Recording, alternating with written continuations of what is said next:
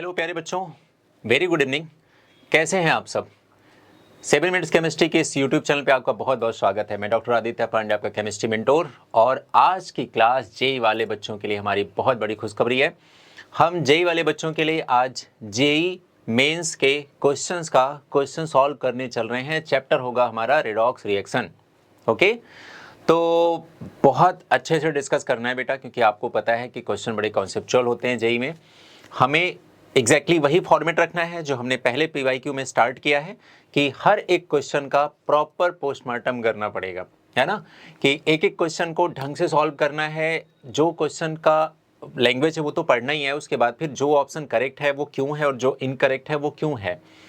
हर एक क्वेश्चन को रीड करने के बाद उसका एक्चुअल कॉन्सेप्ट क्या है, वो किस कॉन्सेप्ट पर बेस्ड है, हमें ये भी डिस्कस करना पड़ेगा। ठीक है, उम्मीद करता हूँ हमारे सारे जेई के बच्चे इस सेशन को, इन क्लासेस को, इस पीवाईक्यू सेशन को बहुत अच्छे से एंजॉय करेंगे और सब पार्टिसिपेट करेंगे। तो आइए फिर एक बार फिर से हम लोग शुरू करते हैं आज की क्लास बिना अपना समय गंवाए। टॉपिक होगा रिडॉक्स रिएक्शन और पीवाईक्यू का पहला क्वेश्चन हमारा जेई मेंस का आपके सामने ये रहा। जेई 2021 का क्वेश्चन है, in which of the following sets of all species shows disproportionation reaction. ठीक है, सबसे पहले हम लोग क्या देखेंगे, कॉन्सेप्ट। तो यहां पर क्वेश्चन पूछा गया है डिसप्रोपोर्शनेशन रिएक्शन कौन शो करते हैं। तो सबसे पहले हमें क्या सीखना पड़ेगा बेटा, इसका कॉन्सेप्ट सीखना पड़ेगा। ओके, तो आप बताइए मुझे डिसप्रोपोर्शनेशन रिएक्शन एक्चुअल में कहां हम देखने को मिलती है। हमें डिसप्रोपोर्शनेशन रिएक्शन देखने को मिलती हैं जब किसी कंपाउंड में कोई एलिमेंट ऐसा होता है जो वही ऑक्सीडाइज हो और वही रिड्यूस हो। ऑक्सीडाइज होकर के कुछ और बना ले, रिड्यूस होकर के कुछ और बना ले। एक एग्जांपल से मैं इस बात को समझाता हूं। मान लेते हैं हमारे पास है Cu+1 और ये कन्वर्ट हो जाता है Cu+2 में एंड Cu में कन्वर्ट हो जाता है। तो आप कह सकते हैं देखो Cu+1 में इसका ऑक्सीडेशन स्टेट +1 है और यहाँ पर +2 हो गया। तो यहां पर आपने क्या देखा, ऑक्सीडेशन स्टेट हमारी क्या हो गई, इंक्रीज कर गई। फिर आपने देखा Cu+1 से यहां पर क्या हो गया, ऑक्सीडेशन स्टेट 0 हो गई, यानी कि ऑक्सीडेशन स्टेट हमारी डिक्रीज कर गई। ऑक्सीडेशन स्टेट इंक्रीज करना यानी कि क्या हो गया बेटा, यहां पर ऑक्सीडेशन, और यहां पर क्या हो गया बेटा, इसका रिडक्शन। ठीक है, तो इसी Cu+1 का ऑक्सीडेशन भी होता है, इसी Cu+1 का रिडक्शन भी होता है, और इस तरह से ये रिएक्शन कहलाएगी डिसप्रोपोर्शनेशन रिएक्शन। ये तो हो गया कॉन्सेप्ट, ये तो हो गया डेफिनेशन, है ना, कि किसको हम डिसप्रोपोर्शनेशन रिएक्शन में देखेंगे पार्टिसिपेट करते हुए, किसको नहीं देखेंगे। अब आता है कि हमें ना क्वेश्चन बिना सॉल्व किया इसे देख करके हमें कैसे पता चल जाएगा। हमें पता है, देखो अगर कोई एलिमेंट ऑक्सीडाइज भी हो रहा है, रिड्यूस भी हो रहा है, तो ये केवल और केवल तभी पॉसिबल है जब उस कंपाउंड में या फ्री स्टेट में या एलिमेंटल स्टेट में उस एलिमेंट की ऑक्सीडेशन स्टेट ना तो मैक्सिमम हो और ना तो मिनिमम हो। इंटरमीडिएट ऑक्सीडेशन स्टेट वाले एलिमेंट ही ऑक्सीडाइज भी होंगे एंड रिड्यूस भी होंगे। कभी भी ऐसा पॉसिबल नहीं है कि देखो अगर किसी का ऑक्सीडेशन स्टेट हाईएस्ट है तो वो केवल अपनी ऑक्सीडेशन स्टेट को डिक्रीज कर सकता है, यानी कि खुद को रिड्यूस कर सकता है, दूसरे को ऑक्सीडाइज कर सकता है, केवल और केवल ऑक्सीडाइजिंग एजेंट बनेगा। फॉर एग्जाम्पल KMnO4 हो गया, K2Cr2 हो गया, H2SO4 हो गया, HNO3 हो गया, H3PO4 हो गया, ये सारे के सारे हो गए। अगर किसी कंपाउंड में किसी एलिमेंट की oxidation state minimum oxidation state है, तो जाहिर सी बात है अगर वो अपने लोवेस्ट ऑक्सीडेशन स्टेट में है तो जब भी किसी से रिएक्शन करेगा तो हमेशा अपनी ऑक्सीडेशन स्टेट इंक्रीज करने के बारे में सोचेगा। तो उसका खुद का क्या होगा, ऑक्सीडेशन, तो दूसरे क्या करेगा, रिडक्शन, तो कहलाएगा क्या, रिड्यूसिंग एजेंट। जैसा दूसरे के साथ व्यवहार करेंगे वैसा आपका नाम पड़ेगा। ठीक है, फॉर एग्जाम्पल H2S हो गया, है ना। H2S में सल्फर का ऑक्सीडेशन स्टेट कितना है, -2 है, और -2 ऑक्सीजन फैमिली का लोवेस्ट ऑक्सीडेशन स्टेट है। आगे बात समझ में। तो अगर मुझसे कोई क्वेश्चन पूछे कि बताओ भैया इसमें कौन डिसप्रोपोर्शनेशन रिएक्शन शो करेगा, कौन नहीं करेगा, चूंकि आगे आपके पीवाईक्यू में, जेईई मेंस में बहुत सारे क्वेश्चन इस पर बेस्ड हैं, आपको एकदम क्लियर कट रहना है भैया वही एलिमेंट डिसप्रोपोर्शनेशन रिएक्शन शो करता है जो कंपाउंड में अपने इंटरमीडिएट ऑक्सीडेशन स्टेट में पाया जाता है, ना तो हाईएस्ट ना तो लोवेस्ट। ठीक है, और अगर कोई अपने लोवेस्ट ऑक्सीडेशन स्टेट में होगा तो केवल रिड्यूसिंग एजेंट, कोई अपने हाईएस्ट ऑक्सीडेशन स्टेट में होगा तो केवल ऑक्सीडाइजिंग एजेंट, और इंटरमीडिएट होगा तो ऑक्सीडाइजिंग एजेंट की तरह भी काम करेगा और रिड्यूसिंग एजेंट की तरह भी काम करेगा। जैसे एग्जांपल SO2 एग्जांपल हो गया, H2O2 एग्जांपल हो गया। ठीक है, ऐसे Cu+1 के एग्जांपल मैंने दे ही दिया। ऐसे बहुत सारे एग्जांपल हो सकते हैं, मैं एक दो एग्जांपल से क्या है उसको पार्टिसिपेट करा पाऊंगा या बता पाऊंगा। ठीक है, आइए फटाफट से हम लोग क्वेश्चन में एंट्री करते हैं।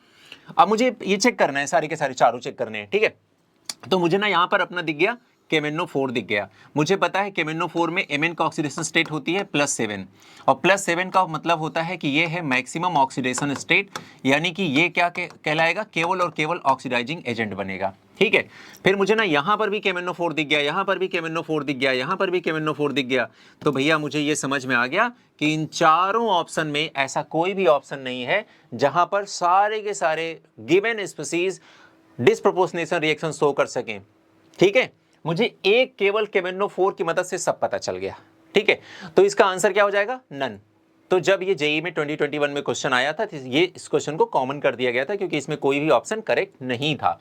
ठीक है, बाकी अगर कोई लेना हो बेटा तो यहाँ पर आप देख सकते हैं, किसी का भी एग्जांपल ले सकते हैं। जैसे ClO4 माइनस हो गया, तो ClO4 में भी बेटा क्लोरीन की ऑक्सीडेशन स्टेट कितनी होती है, +7 होती है, तो ये भी केवल ऑक्सीडाइजिंग एजेंट की तरह ही काम करेगा। तो ये भी ऑक्सीडाइजिंग एजेंट है, ये केवल ऑक्सीडाइजिंग एजेंट है। ठीक है, यहाँ पर देखो ये आपका ClO2 और Cl2 जो दिख रहे हैं, Cl2 में Cl2 क्लोरीन का ऑक्सीडेशन स्टेट क्या है, 0 है, तो 0 ना तो मिनिमम है ना तो मैक्सिमम है, तो क्लोरीन ऑक्सीडाइज भी हो सकता है एंड रिड्यूस भी हो सकता है। क्लियर हो गई बात। तो ये तो कहलाएगा, ये डिस्प्रोपोर्शनेशन शो करेगा।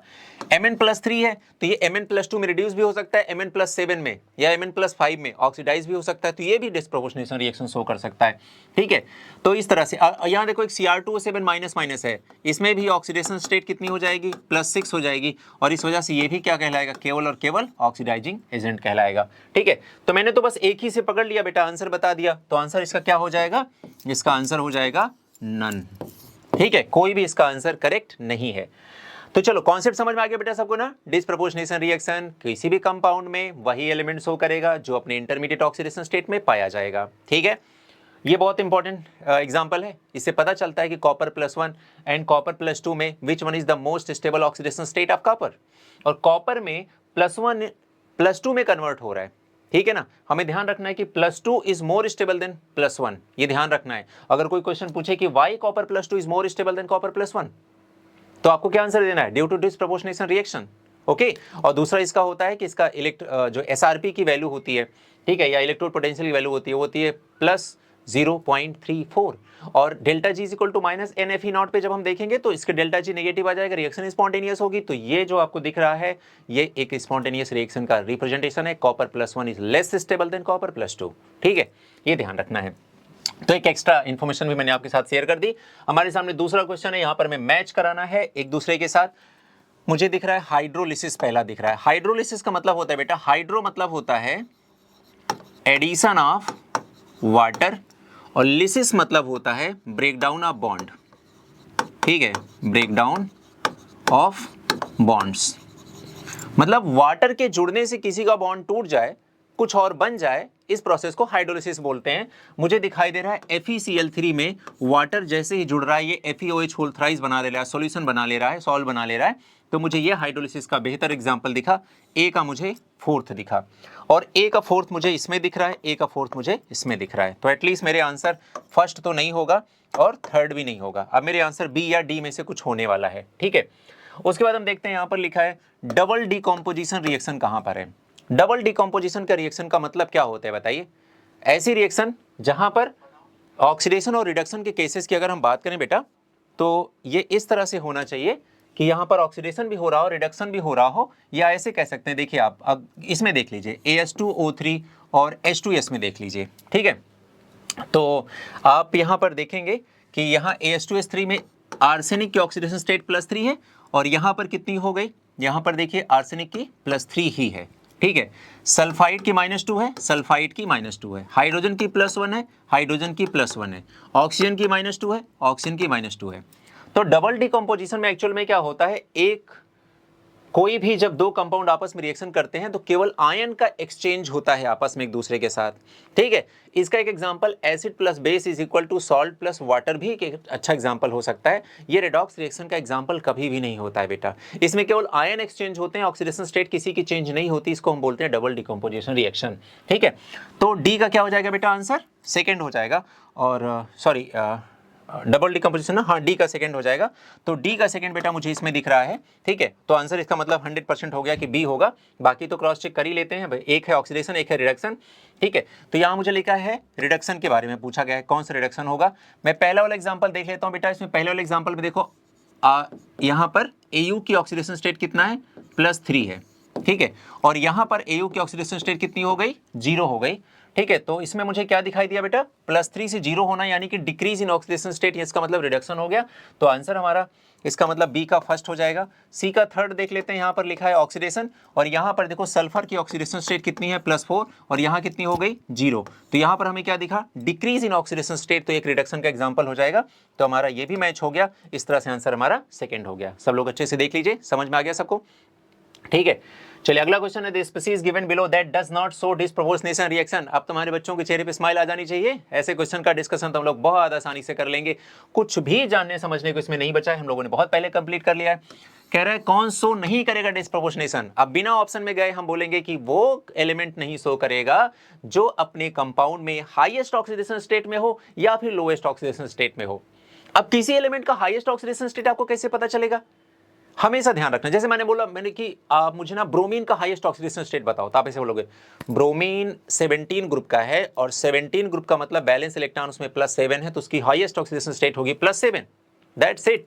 और लोएस्ट ऑक्सीडेशन स्टेट कैसे निकालते हैं, ग्रुप नंबर -8 करके निकालते हैं। तो ग्रुप नंबर हो गया 7 और -8 मतलब कितना हो गया, 7 - 8 = -1।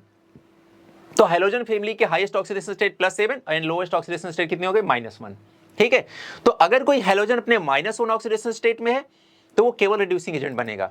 अगर कोई हैलोजन अपने हाईएस्ट ऑक्सीडेशन स्टेट में है तो केवल ऑक्सीडाइजिंग एजेंट बनेगा। कोई इंटरमीडिएट में है तो दोनों की तरह काम करेगा, डिस्प्रोपोर्शनेशन शो करेगा, दैट्स इट। इतना आसान है बेटा, है ना, मजे ही मजे हैं। देखो एकदम बढ़िया, मुझे तो एकदम साफ साफ कंपाउंड भी दिखने लगा, BrO4-1। ठीक है, तो BrO4-1 में आप देखें कि ब्रोमीन का मैंने X मान लिया, प्लस मेरे पास 4 ऑक्सीजन है, एक ऑक्सीजन का -2 होता है, = -1 कर दिया, X का मैंने निकाला यहाँ पर +7 आ गया। ठीक है, तो मुझे दिखाई दे रहा है कि ब्रोमीन अपने हाईएस्ट ऑक्सीडेशन स्टेट में, इस वजह से केवल और केवल ऑक्सीडाइजिंग एजेंट की तरह काम करेगी, कभी भी डिस्प्रोपोर्शनेशन रिएक्शन का एग्जांपल नहीं बन सकती है। ठीक है, तो आंसर हमारा बेटा हो गया 4। नेक्स्ट क्वेश्चन पे मूव करते हैं। Identify the process in which change in the oxidation state is 5। Okay, that's good. तो आइए बेटा सबसे पहले स्टार्ट करते हैं। यहाँ पर हमारे पास है oxalate ion. Oxalate ion is converted into carbon dioxide. इन ऑक्सलेट आयन में कार्बन की oxidation state you have to find out and calculate. C2O4-2 में ऑक्सीडेशन स्टेट निकालेगा, +3 आ जाएगा। कार्बन कितने हैं, 2, एक कार्बन का ऑक्सीडेशन स्टेट कितना मान लिया हमने, X, प्लस लिखा क्योंकि कार्बन का काम खत्म, ऑक्सीजन पे मूव करना है, प्लस लगा दो। How many oxygen we have, 4 oxygen, and oxidation state of 1 element of oxygen कितना होता है, -2, तो यहाँ लिख दिया -2 is equal to overall charge कितना है इस पे, -2, कितना हो जाएगा 2x -8 is equal to -2, 2x is equal to 8 - 2 कितना हो गया, ये 6 हो गया। ठीक है, तो x की वैल्यू कितनी आ गई, +3। ठीक है, तो और कार्बन डाइऑक्साइड में कार्बन का ऑक्सीडेशन स्टेट कितनी आ जाएगी, +4। ठीक है, डन। तो यहाँ बेटा है +3, यहाँ है +4, चेंज कितने का आया, 1 का। ठीक है, यहां पर Cr2O7 - 2 क्रोमियम का ऑक्सीडेशन स्टेट कितना जाएगा, +6, तो यहां आ गया +6, यहां आ गया +3, साफ साफ दिख रहा है +3 है, तो 6 - 3 कितना जाएगा, 3 का चेंज आ गया। ठीक है, यहां पर देखो CrO4-2, CrO4-2 का मतलब कितना हो जाएगा ऑक्सीडेशन स्टेट, यहां निकालो, क्रोमियम का कितना, X मान लें, +4 ऑक्सीजन है, एक ऑक्सीजन का -2 होता है, इज इक्वल टू -2 हो जाएगा। ठीक है, तो ये हो जाएगा X -8 is equal to -2, X is equal to कितना आ जाएगा, +6 आ जाएगा। तो यहाँ पर क्रोमियम का +6 है और यहाँ पर +3 है, तो चेंज कितने का आया, 3 का। यहाँ पर MnO4- में Mn का कितना है, +7, और यहाँ पर कितना है, +2, चेंज कितने का आया, 5 का, और पूछ रहा है कितने किसमें 5 का चेंज है, आंसर क्या हो जाएगा, डी हो जाएगा। डन। चलिए नेक्स्ट क्वेश्चन है, oxidation number of potassium in this. ठीक है, पहले इसको पहचानिए। इसमें अगर मैं ऑक्सीजन के ऊपर चार्ज देखूं तो आएगा -2, क्योंकि पोटेशियम पे क्या चार्ज है, +1 होता है, क्योंकि पोटेशियम फर्स्ट ग्रुप का है। फर्स्ट ग्रुप के सारे एलिमेंट अगर अपने आयनिक फॉर्म में है तो उनका ऑक्सीडेशन स्टेट केवल +1 होगा। ठीक है, तो यहाँ पर -2, यहाँ अगर मैं इसको ऐसा करूँ, आयनिक फॉर्म में कन्वर्ट करूँ तो हो जाएगा O2 - 2। ठीक है, यहां पर अगर कन्वर्ट करूं तो हो जाएगा O2 - 1। अब इन सब के नाम देखिए, इसका नाम क्या है बेटा, इसका नाम है ऑक्साइड। ठीक है, इसका नाम क्या है, पर ऑक्साइड। ठीक है, इसका नाम है पर ऑक्साइड, इसका नाम क्या है, सुपर ऑक्साइड। ठीक है, सुपर ऑक्साइड, क्लियर। तो ये ऑक्साइड, ये परऑक्साइड, ये सुपर ऑक्साइड सब आपके सामने लिखे गए हैं। अब ऑक्सीडेशन स्टेट तो आपको दिख ही रहा है बेटा, यहाँ पर ऑक्सीडेशन स्टेट कितना है -2, यहाँ पर कितना है, अब देखो 2 ऑक्सीजन पे -2 चार्ज है तो 1 ऑक्सीजन पे -1 चार्ज आएगा। रिप्रेजेंट कैसे करते हैं इसको, O, एक -1 इस पे, एक -1 ऐसे, ठीक है, ये होता है परऑक्साइड का रिप्रेजेंटेशन। तो एक ऑक्सीजन एलिमेंट पे -1 चार्ज है तो यहाँ पर ऑक्सीजन स्टेट कितना आ जाएगा, -1, यहाँ कितना आ जाएगा, -1/2, ठीक है। सब डिटेल में मैंने बात आपको बता दिया है, आराम से आप देख सकते हैं। तो यहाँ पर चार्ज आपका -2, -1, -1/2। तो ऑक्सीजन स्टेट ऑफ पोटेशियम पूछ रहा है। अच्छा, मैंने तो सबको ऑक्सीजन का सिखा दिया, कोई बात नहीं, अच्छी चीज सीख ली आपने। अब आते हैं पोटेशियम पे। मैंने क्या बताया, पोटेशियम तो अपने हर एक कंपाउंड में जब जब आयनिक फॉर्म में होगा हमेशा +1 होगा। इसको तो मुझे कैलकुलेट भी नहीं करना है भैया, ठीक है। तो हर जगह +1 आंसर हो जाएगा फर्स्ट। तो आपने 3 आयन को लिखना सीख लिया, समझ लिया, ठीक है। इन सबको मॉलिक्यूलर ऑर्बिटल थ्योरम बेटा, इन सब का आपको एनर्जी डायग्राम भी बनाना आना चाहिए, ठीक है। चलिए आगे बढ़ते हैं। The redox reaction among the following is, तो पहले हम ये समझ लें कौन कौन से रेडॉक्स रिएक्शन नहीं होते हैं, ठीक है। वैसे मैंने पुराना वाला जो नीट वाला PYQ सिखाया है उसमें ये मैंने फंडा सिखाया है। क्वेश्चन पूछ रहा है इसमें कौन से रेडॉक्स रिएक्शन है, वो हम बाद में करेंगे, पहले हम ये सीखते हैं कौन कौन से रेडॉक्स रिएक्शन नहीं होते हैं। तो पहला पॉइंट, अगर कहीं पर कोई फिजिकल स्टेट में चेंज दिख रहा है, फिजिकल चेंज दिख रहा है, जैसे किसी ने बोला कि वाटर जो है वो लिक्विड से वाटर गैस में कन्वर्ट हो गया, यानी कि वेपराइजेशन ऑफ वाटर। तो आप मुझे बताओ, वाटर का केमिकल फॉर्मूला थोड़े ना चेंज हुआ, केवल फिजिकल स्टेट चेंज हुई है ना। तो ऐसी कंडीशन, ऐसे चेंजेस कभी भी रेडॉक्स रिएक्शन का पार्ट नहीं बन सकते, एग्जाम्पल नहीं बन सकते हैं, दैट्स इट, ठीक है। दूसरा हो गया अपने पास डबल डिकम्पोजिशन, अभी पीछे सिखाया मैंने, डबल डिकम्पोजिशन क्या होता है, इसमें केवल आयन का एक्सचेंज होता है, ठीक है। तीसरा अलग से लिख दे रहा हूं मैं, सॉल्ट फॉर्मेशन, ठीक है।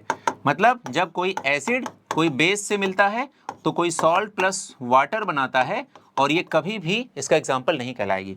चौथा, अगर आपने ऑक्सीजन को कन्वर्ट कर दिया ओजोन में, ठीक है, 3O2 को 2O3 में कन्वर्ट कर दिया, और यहाँ पर सनलाइट की प्रेजेंस में या टेम्परेचर की प्रेजेंस में, उस तरह से हाई टेम्परेचर में, तो ये भी आप देखो O2 और O3 दोनों में ऑक्सीजन अपने मॉलिक्यूलर फॉर्म में है, फ्री फॉर्म में है, एलिमेंटल फॉर्म में।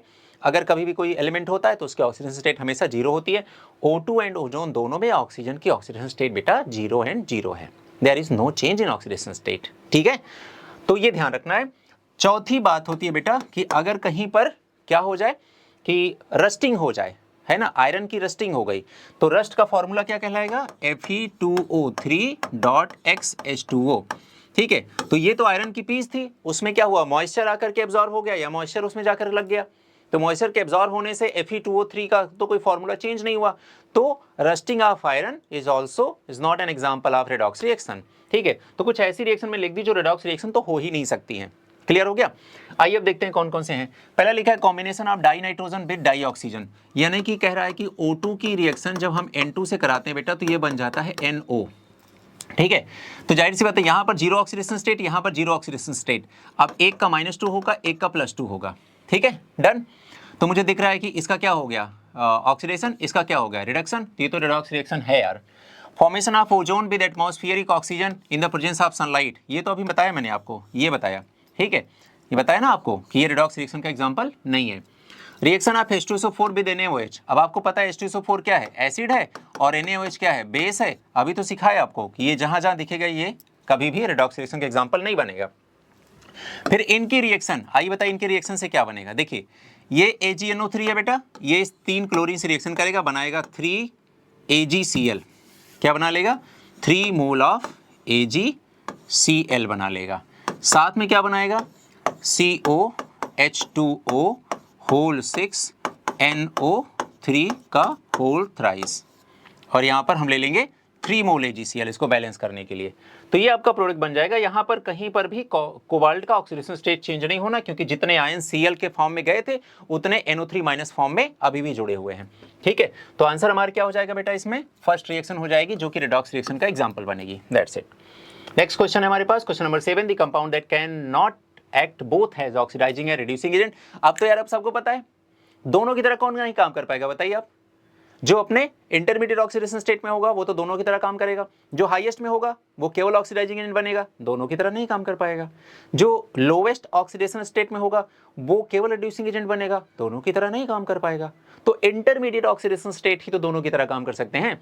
तो इसमें कह रहा है कि कैन नॉट एक्ट एज, तो मुझे तो फट से दिख गया, देखो H3PO4, क्योंकि H3PO4 में फास्फोरस का ऑक्सीडेशन स्टेट मुझे लग रहा है कि +5 होगा, और मुझे पता है फास्फोरस ग्रुप 15 का है, और ग्रुप 15 में वैलेंस इलेक्ट्रॉन 5 होते हैं, तो और highest oxidation state group number के बराबर होता है या वैलेंस इलेक्ट्रॉन के बराबर होता है, तो फास्फोरस का तो हाईएस्ट ऑक्सीडेशन स्टेट ही +5 है। ठीक है, तो ये हमेशा ऑक्सीडाइजिंग एजेंट की तरह काम करेगा, ये कभी भी दोनों की तरह काम नहीं कर सकता है, सिंपल है। बाकी सब में देख लो आप, ठीक है, यहाँ पर H2O2 का देख लो -1 हो जाएगा, ठीक है, यहाँ पर नाइट्रोजन का देख लो कितना हो जाएगा, +3 हो जाएगा, 4 + 1, हाँ +3 हो जाएगा। तो देखो ना मिनिमम है ना मैक्सिमम है, यहाँ पर सल्फर का कितना हो जाएगा, 6 to 4 +4 हो जाएगा। ठीक है, देखो +4 है तो अभी ऑक्सीडाइज होकर +6 बना सकता है, रिड्यूस होकर -2 बना सकता है। ये +3 है तो देखो ऑक्सीडाइज होकर +5 बना सकता है, रिड्यूस होकर -3 बना सकता है। ये -1 है तो देखो ये रिड्यूस होकर -2 बना सकता है और ऑक्सीडाइज होकर +6 तक पहुंच सकता है, मतलब ऐसा पॉसिबिलिटी है, या 0 बना सकता है। तो कुल मिला के 0 लिख लो यहाँ पर। ठीक है, तो आप देख रहे हो ना कि इस वजह से केवल और केवल H3PO4 भी ऐसा है जो हमारा केवल और केवल ऑक्सीडाइजिंग एजेंट की तरह काम करेगा, दोनों की तरह बिहेव नहीं करेगा। ठीक है, क्वेश्चन नंबर 8 हमारे पास यहाँ कुछ तो दिए गए हैं। बेसिकली यहाँ पर E0 गिवन है, तो आइए मैं कॉन्सेप्ट सिखा दूं पहले। E0 गिवन है, ठीक है, कहानी पहुंच चुकी है इलेक्ट्रोकेमिकल सीरीज में। तो पहले मैं इलेक्ट्रोकेमिकल सीरीज हमारे सारे बच्चों के लिए बना देता हूं, आप सबको ध्यान रखना है थोड़ा।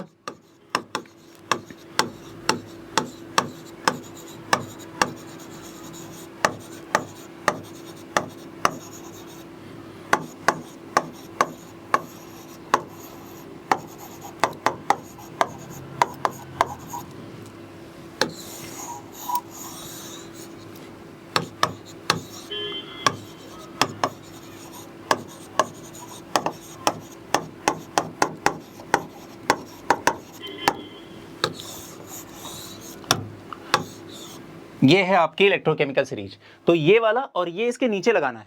ठीक है, मेरे पास स्पेस का थोड़ा सा इश्यू था तो मैंने इधर बगल में लिख दिया है, नो डाउट, कोई प्रॉब्लम तो नहीं बेटा। अब ये क्या है, ये एक इलेक्ट्रोकेमिकल सीरीज है। क्या होती है इलेक्ट्रोकेमिकल सीरीज, हम डिफरेंट मेटल्स को उनकी रिएक्टिविटी के बिहाफ पे अरेंज करके एक सीरीज बनाते हैं जिसे हम इलेक्ट्रोकेमिकल सीरीज के नाम से जानते हैं। ठीक है, क्या क्या सीखना है मुझे, बाकी तो हम इलेक्ट्रोकेमिस्ट्री में पढ़ेंगे, लेकिन अभी मुझे रेडॉक्स में कौन सी मदद करने वाली चीज है इलेक्ट्रोकेमिकल सीरीज में, क्या सीखना जरूरी है मेरे लिए। देखो ये जो सीरीज बनी है बेटा, ये बनी हुई है किस वैल्यू पर, SRP पर। SRP का मतलब होता है स्टैंडर्ड रिडक्शन पोटेंशियल। ठीक है, अब SRP की वैल्यू के बारे में बता दूं, रिड्यूसिंग पावर जो होता है बेटा, बहुत सारे कंपाउंड का, एलिमेंट का, आयन फॉर्म का रिड्यूसिंग पावर पूछा जाएगा आपसे, तो जो रिड्यूसिंग पावर होता है वो इनवर्सली प्रोपोर्शनल होता है SRP के। ठीक है, अगर किसी का SRP कम है तो उसकी रिड्यूसिंग पावर ज्यादा है, यानी कि रिड्यूसिंग पावर ज्यादा होने का मतलब वो आसानी से किसी को रिड्यूस कर देगा। क्लियर है, तो खुद को आसानी से ऑक्सीडाइज कर लेगा। एक बात समझ में आ गई। और अगर किसी का SRP बहुत कम है, यानी कि वैल्यू किस में होगी, नेगेटिव में होगी। ठीक है, अब मान लेते हैं किसी का SRP बहुत हाई है, SRP बहुत हाई है, इसका मतलब हुआ कि वैल्यू किस में होगी, पॉजिटिव में होगी या लेस नेगेटिव में होगी। जैसे मैंने मानो आपसे कहा कि एक वैल्यू है -2.1, एक वैल्यू है -1.7, तो आप बोलोगे -1.7 की वैल्यू बड़ी है ना, ये लार्ज वैल्यू है ना, उसके कंपैरिजन में -2.1 के कंपैरिजन में, तो हम ऐसे कह सकते हैं कि -1.7 का मतलब इसकी SRP की वैल्यू हाई है। अगर SRP हाई है तो एक और इसका पैरामीटर होता है SOP। SRP हाई तो SOP लो। SOP क्या होता है, स्टैंडर्ड ऑक्सीडेशन पोटेंशियल। ठीक है बेटा, तो ध्यान रखना है इन दो बातों का। अब आते हैं सबसे इंपॉर्टेंट बात पे। देखो जितनी भी मेटल यहां पर लिखी गई हैं, जैसे लिथियम यहां पर लिखा गया बेटा, लिथियम का SRP होता है -3.04 वोल्ट। ठीक है, यहां पर हाइड्रोजन लिखा गया है, इसका होता है 0.00 वोल्ट। ये एक रेफरेंस के लिए लिया जाता है, इसीलिए देखो हाइड्रोजन के नीचे अलग लिखा, हाइड्रोजन के पहले वाले अलग लिखे। रेफरेंस मतलब इसका 0 है, इसके कंपैरिजन में इसका नेगेटिव है, इसके कंपैरिजन में इसका पॉजिटिव है, ऐसा सोचना है। अब अच्छी बात क्या सीखनी है वो समझिए। जो भी आपके सामने मैंने मेटल लिखी है ये इनकी रिएक्टिविटी का भी ऑर्डर है, इनके एसआरपी के इंक्रीजिंग ऑर्डर में भी इनको अरेंज करके लिखा गया है। जैसे जैसे हम नीचे जाते जाएंगे, देखो नेगेटिव से जीरो पहुंच गए, जीरो के बाद हम कहां जाएंगे, पॉजिटिव में जाएंगे। ठीक है, तो जैसे जैसे हम लिथियम से हाइड्रोजन और हाइड्रोजन से फ्लोरीन की तरफ जाएंगे, एसआरपी की value less negative and more positive होती जाएगी, एसआरपी की वैल्यू इंक्रीज करती जाएगी, एसओपी की वैल्यू कम होती जाएगी, रिड्यूसिंग पावर नीचे जाते जाते कम होता जाएगा, नीचे जाते जाते ऑक्सीडाइजिंग पावर बढ़ता जाएगा।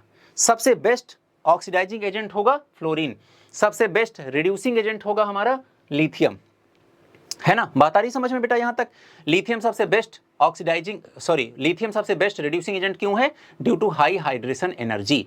फ्लोरीन सबसे बेस्ट ऑक्सीडाइजिंग एजेंट क्यों है, due to high hydration energy. High hydration energy दोनों की क्यों है, ड्यू टू स्मॉल साइज। आगे बात समझ में, या smallest size in their group, ये भी ध्यान रखना है। अब और एक अच्छी बात सुनना, जितने भी मेटल को आपने अरेंज करके लिखा है, हर ऊपर वाली मेटल अपने से नीचे वाली मेटल को उसके सॉल्यूशन से निकाल करके एलिमेंटल फॉर्म में कन्वर्ट कर देगी। फॉर एग्जांपल, मैंने एक सॉल्यूशन ले लिया कॉपर CuSO4 प्लस Zn।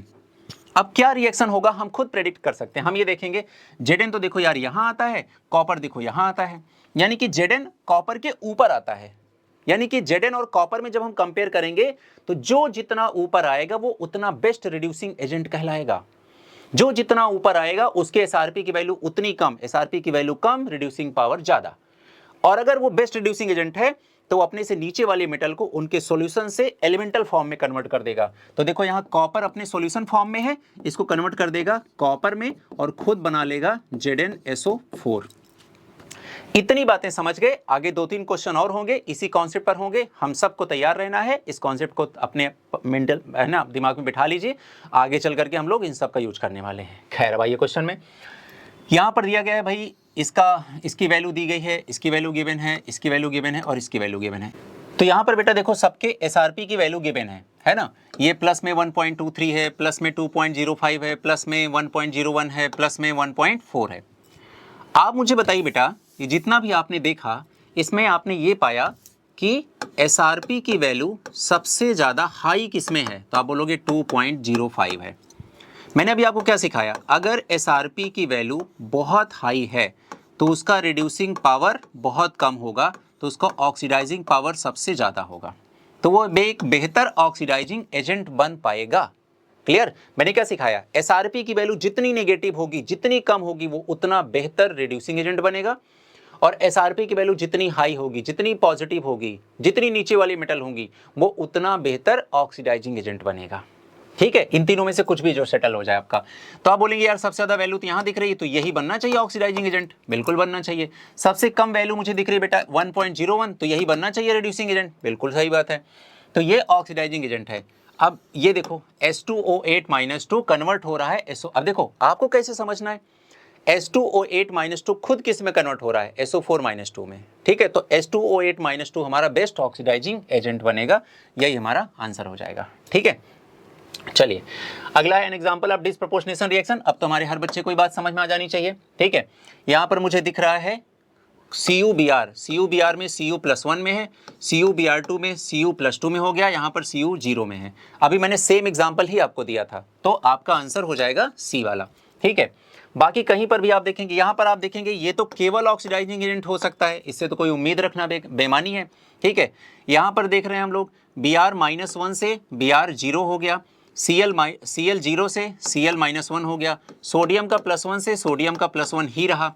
तो आप देख रहे हैं ब्रोमीन -1 से 0 यानी कि ऑक्सीडेशन, Cl0 से -1 यानी कि रिडक्शन। तो ये एक रेडॉक्स रिएक्शन है, ठीक है, ना कि डिसप्रोपोर्शनेशन रिएक्शन है। क्लियर। ऊपर KMnO4 है बेटा, तो जाहिर सी बात ये तो केवल ऑक्सीडाइजिंग एजेंट की तरह काम करेगा, तो आंसर हमारा केवल C हो जाएगा। क्लियर। नेक्स्ट क्वेश्चन है, मैंने कॉन्सेप्ट आपको सिखा रखा है, पूछ रहा है ऑक्सीडाइजिंग पावर। तो हमें क्या देखना है, oxidizing power is directly proportional to SRP, inversely proportional to SOP। ठीक है, और SRP ज़्यादा होगी, इसका मतलब वैल्यू किस में होगी बेटा, सिंपल सी बात कर रहा हूँ, वैल्यू पॉजिटिव में होगी। ठीक है, बस इतना आसान कर दिया मैंने आपके लिए। अब आप मुझे बताइए हाईएस्ट वैल्यू कौन सी है, 1.81, ठीक है। तो सबसे अच्छा बेस्ट ऑक्सीडाइजिंग एजेंट यही होगा, ठीक है, ये होगा बेस्ट ऑक्सीडाइजिंग एजेंट। सबसे लोवेस्ट वैल्यू ये है, ठीक है, दिख रहा है सबको, ये सबसे लोवेस्ट वैल्यू है, तो ये हो जाएगा SRP, इसकी क्या है बेटा, सबसे लोवेस्ट है, तो ये एक रिड्यूसिंग एजेंट क्या बनेगा, बेस्ट, एक बेस्ट रिड्यूसिंग एजेंट बन जाएगा, ठीक है। तो आप ढूंढ लो ऑप्शन कहाँ लिखा है, कॉपर प्लस, ठीक है, और यहाँ पर आप देख सकते हैं सबसे लास्ट में क्या लिखा है, Bi+3, देखो ये आंसर हो गया, ठीक है। तो आपका ये आंसर तैयार हो गया, डन। अगला क्वेश्चन है, in the reaction of oxalate with परमैग्नेट in acidic medium the number of electrons involve in producing 1 mole of CO2, that's it, okay. Oxalate की बात करी तो पहले रिप्रेजेंट कर लो, C2O4-2 को बोलते हैं। ये रिएक्शन किससे करा, परमैग्नेट आयन से। परमैग्नेट आयन को हम लोग कैसे रिप्रेजेंट करते हैं, पोटेशियम परमैग्नेट का नाम सुना है आपने, KMnO4-1।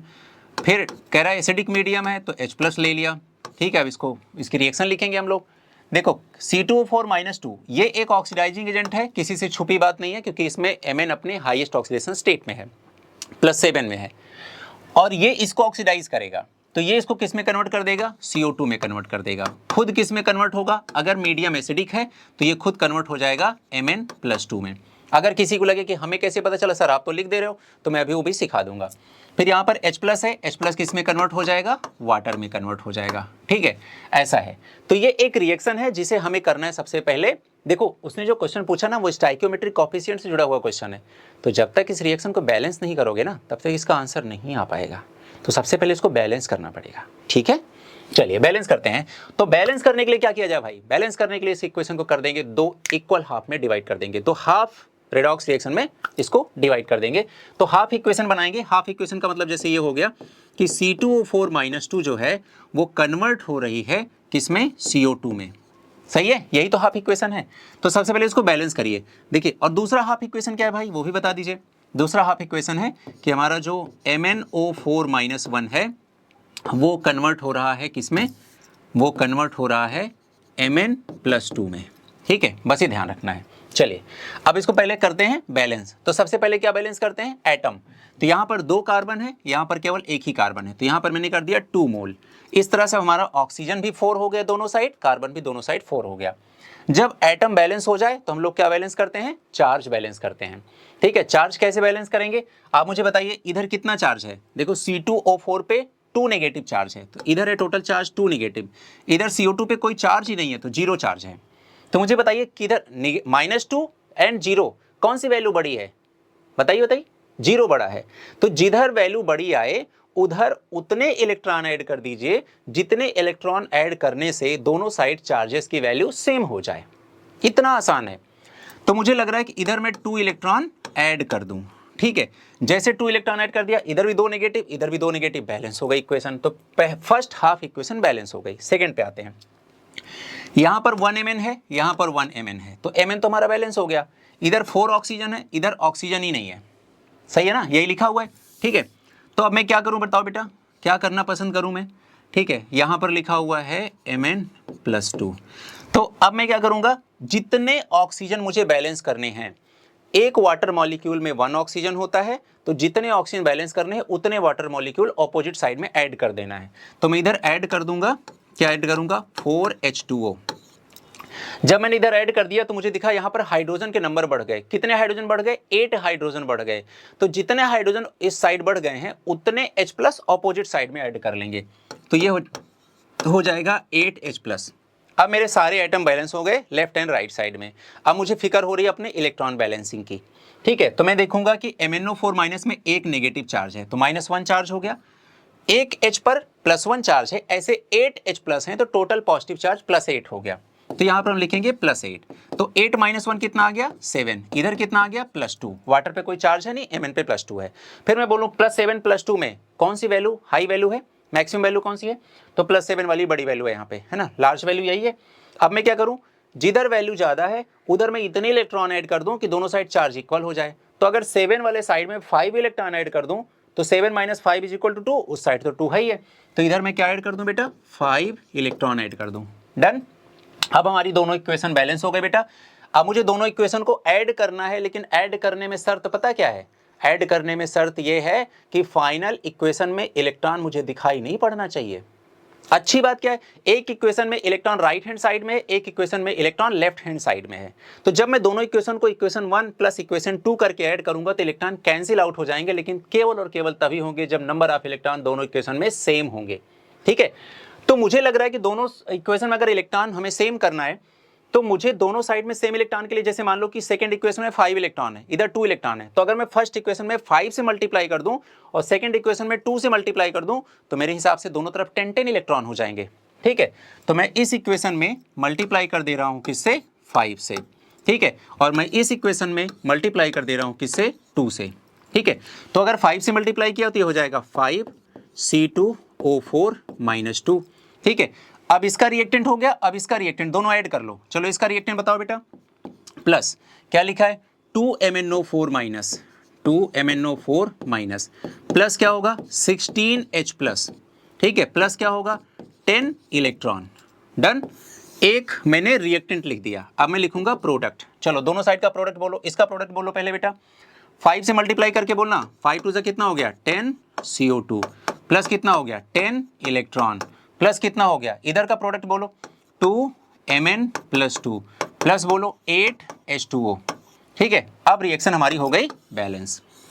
अब रिएक्शन बैलेंस हो गई, अब मैं चलूंगा क्वेश्चन पे। क्वेश्चन पूछ रहा है कि in the reaction of the oxalate with paramagnet in acidic medium the number of electrons involve in producing 1 molecule of CO2। चलो बताओ भैया, 1 मॉलिक्यूल ऑफ CO2 के लिए कितने इलेक्ट्रॉन इन्वॉल्व होंगे, तो आप बोलोगे कि 10 मॉलिक्यूल ऑफ CO2 के लिए 10 इलेक्ट्रॉन, तो 1 मॉलिक्यूल ऑफ CO2 के लिए 1 इलेक्ट्रॉन। एकदम सिंपल सा मुझे दिखाई दे रहा है यहाँ पर, तो मैं बोलूँगा 1 इलेक्ट्रॉन, इसमें कौन सी बड़ी बात हो गई बताइए। लेकिन बेटा आया कहाँ से, बैलेंस करने से आया ना, बैलेंसिंग तो आनी चाहिए, बैलेंसिंग बिना थोड़ी ना आएगा यार। देखो मजा आया कि नहीं करके बताओ। ठीक है, done. Which are the following reaction is an example of redox reaction. वाह बढ़िया।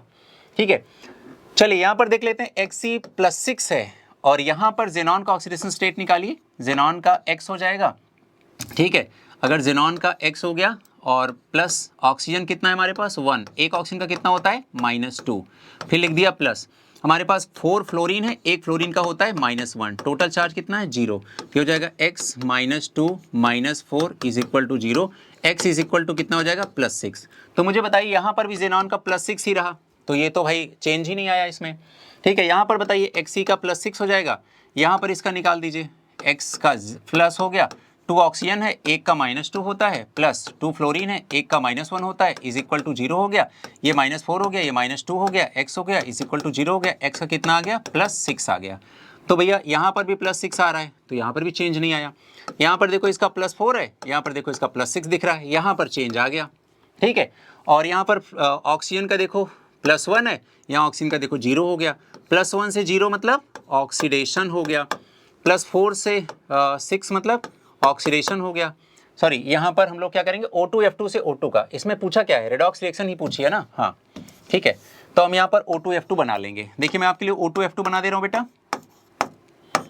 ये O2F2 है, तो फ्लोरीन पे चार्ज आएगा -1, इस पे आएगा +1, इस पे आएगा +1, इस पे आएगा -1। ठीक है, ये O2F2 का स्ट्रक्चर होता है, ये half open book like structure होता है बेटा, H2O2 की तरह होता है, लेकिन इसमें परऑक्सी लिंकेज नहीं पाई जाती है, क्योंकि परऑक्सी लिंकेज के लिए जरूरी है ऑक्सीजन, सिंगल बॉन्ड ऑक्सीजन और दोनों ऑक्सीजन पे -1 चार्ज।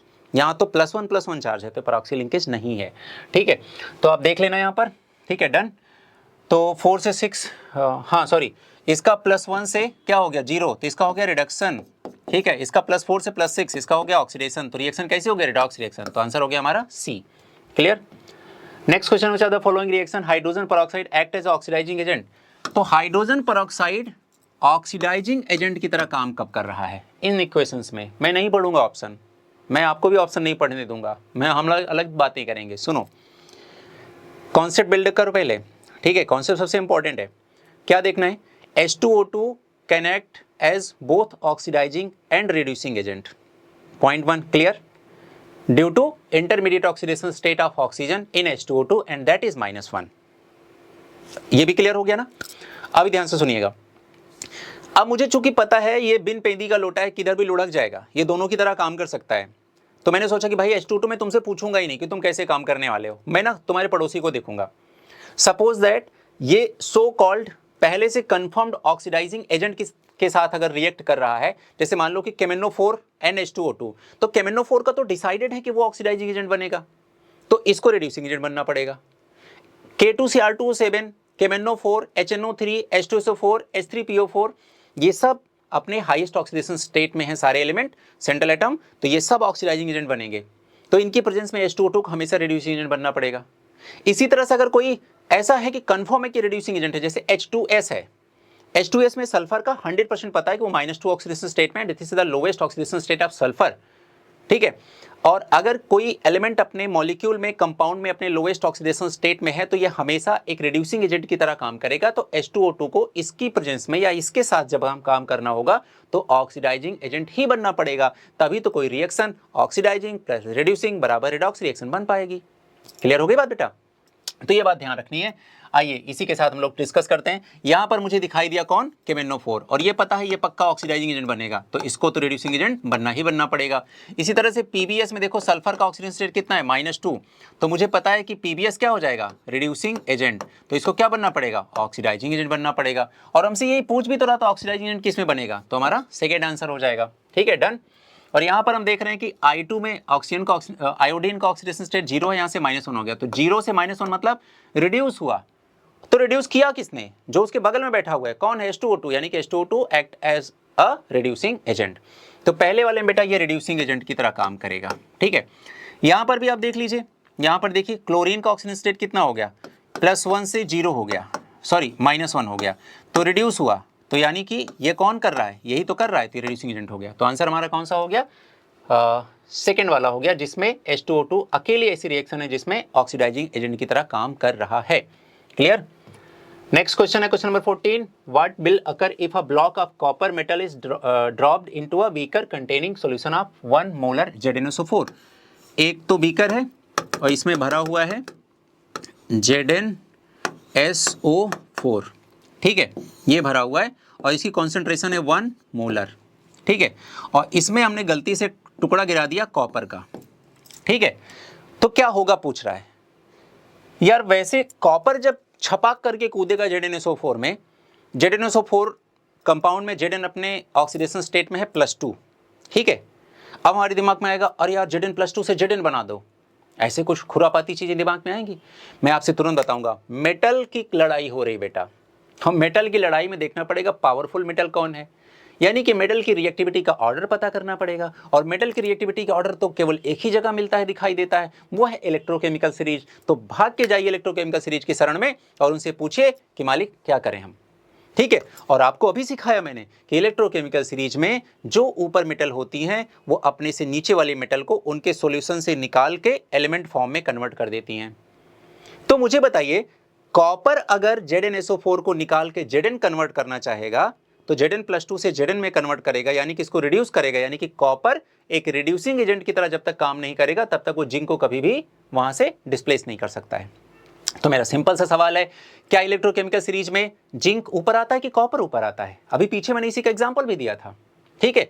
तो आप देखेंगे तो आप पाएंगे कि Zn ऊपर आता है इलेक्ट्रोकेमिकल सीरीज में, तो Zn एक रिड्यूसिंग एजेंट है। Zn CuSO4 से CO को निकाल के कॉपर में कन्वर्ट कर सकता है।